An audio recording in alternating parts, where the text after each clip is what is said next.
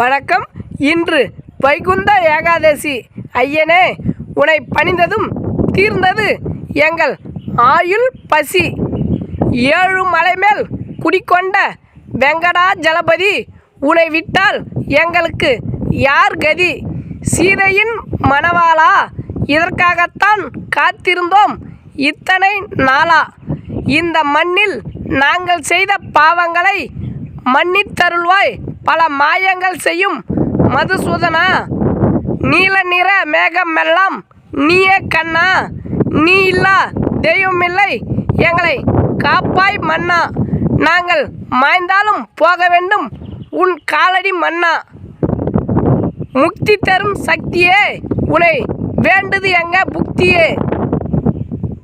ஓம் நமோ நாராயண மந்திரத்தை நாதழுக்க உச்சரித்தோம் நலம் பெற வேண்டும் என்று. நன்றி.